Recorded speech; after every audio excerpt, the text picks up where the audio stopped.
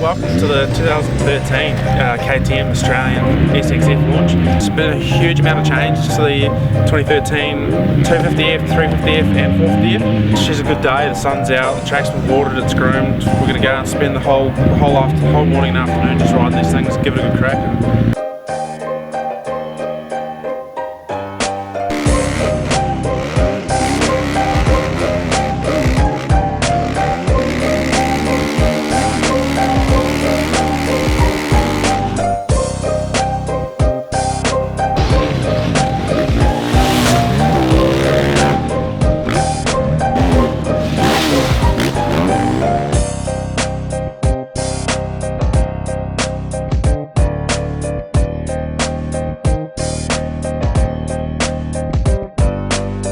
They all get revisited engines, they've all got bottom mounted injected fuel injection system.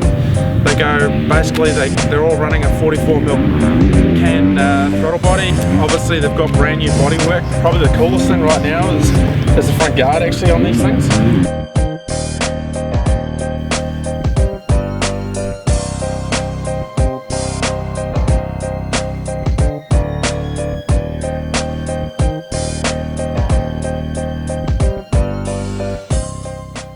We're here with Rob Twyrold, KTM Australia's Technical Services Manager. Rob, obviously they look a whole lot different to last year. Some massive changes, obviously a huge influence from Ryan Dungey and perhaps Roxon himself and Muscan and Hurlings and those guys in Europe. First question I've got on my mind right now is the bottom mounted injectors. Obviously not a lot, it's quite a different way of doing it. But yeah, take us through it. Where's the benefit in it? Why haven't people done it in the past? So yeah, look, not only from the visual changes, the bikes have had some massive changes. You know, all new motor for the 250. But like you say, the new throttle bodies are not only a bigger diameter, so from 42 out to 44, but the injector placement has gone from the top to the bottom. And really, that was discovered. One of the very smart tuning guys with the 350 actually turned an injector or the throttle body upside down on the dyno and saw quite a benefit there. So then he mounted an injector from underneath. And what it seems to be is that the injector spraying onto the roof of the port gives a better combustion of the mixture. And also the butterfly now actually shields the injector, so it even disturbs the mixture even more, which makes quite a difference in the power delivery. So effectively what you're saying is that the oxygen coming through, being sucked through, is mixing with fuel better as it reaches the chamber. Correct, yeah. Right. Yes. Cool. We're kind of talking about there's a possibility to save weight in a 250 engine if they were to make it its own unique valve train system.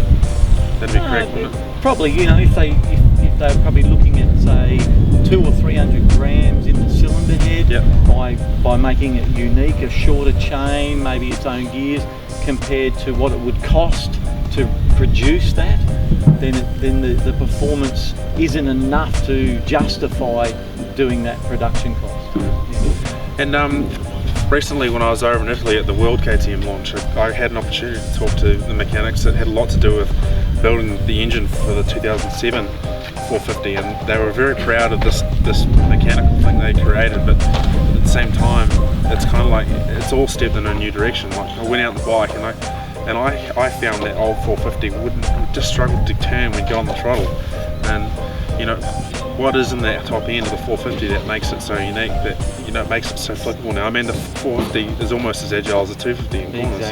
Exactly. Look, the old 450 was almost like a Formula 1 motor. A lot of drive gears, so the cam shaft system alone had 3 gears to drive it. A short chain, then it had balances on both sides of the motor. Now for a bike, or for a motor that was mounted horizontally all the time, it is incredible, but as soon as you start trying to turn that motor, it had so much gyroscopic in there, it was very difficult to change direction.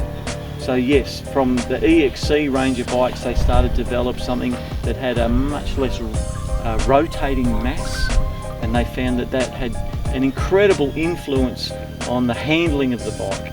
So the old motor with lots of spinning gears and twin overhead cams to a very simple motor, minimal gyroscopic forces, adds to incredible nimble handling.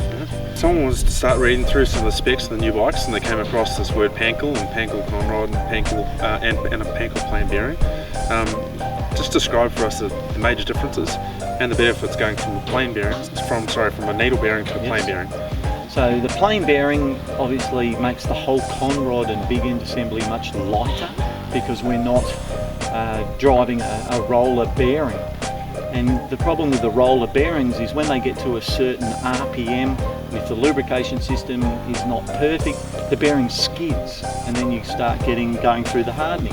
With a plain bearing, what they do is free up the oil gallery, so that plain bearing, that big end assembly, becomes the oil restriction, and essentially that whole big end assembly floats on oil. Right. And that's double the service life. Pankel is a company that's produced conrods for Formula One, and now KTM is a partner with Pankel, and they make serial production conrods for KTM. No, obviously the whole oil jet system had to change to be able to lube these things properly, or is it quite similar still? It is very similar. It's purely just the jet restricted jets have changed inside. Right, okay. They've been freed up. Yes. Cool. All right. Well, mate, thanks for that. I don't have any other questions there, and yeah, we'll go cut some formal laps and see what comes at the end of the day. Thank you. Cheers, mate.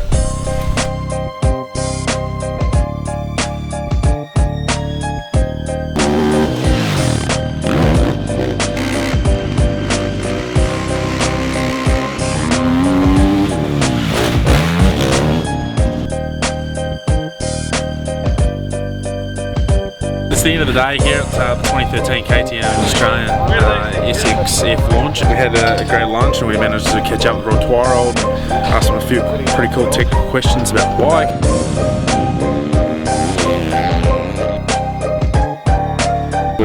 We've ridden all three bikes. I started off on the 250, went to 350, and then finished on the 450, and Brownie did it the other way around.